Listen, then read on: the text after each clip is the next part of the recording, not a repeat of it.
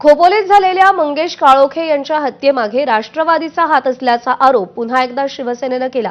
मंगेश काळोखेंची हत्या पूर्वनियोजित प्लॅन करून करण्यात आल्याचा आरोप महेंद्र थोरवे यांनी केलाय।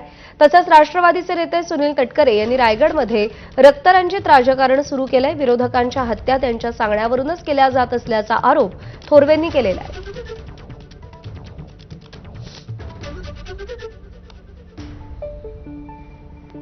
जोपर्यंत या सर्व आरोपींना अटक केली जात नाही तोपर्यंत आम्ही 2 दिवस अजून पोलीस स्टेशनला अल्टिमेटम या ठिकाणी देतोय की ताबडतोब त्यांना अरेस्ट करा। आजही सुधा घरे जाऊन त्याच्या ऑफिसमध्ये त्या ठिकाणी बैठका त्या ठिकाणी घेतोय। सुनील तटकरे त्या ठिकाणी स्टेटमेंट करतोय की सुधाकर घारेचा याच्यामध्ये हात नाही। तर सुनील तटकरे यांनी इन्व्हेस्टिगेशन केलं का?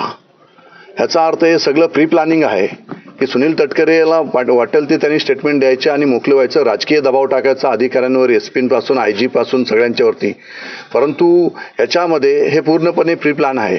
रायगडचा आका हा सुनील तटकरे आणि याच्या माध्यमातून माझ्या कार्यकर्त्यांना जीवे मारण्यात त्या ठिकाणी येत आहे।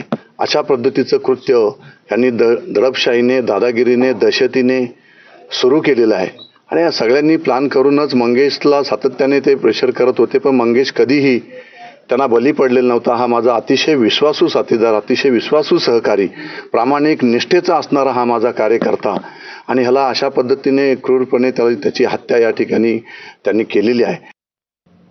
दरम्यान पोलिसांनी योग्य कारवाई करावी अशी प्रतिक्रिया सुनील तटकरे यांनी महेंद्र थोरवेंच्या आरोपांवर दिली आहे।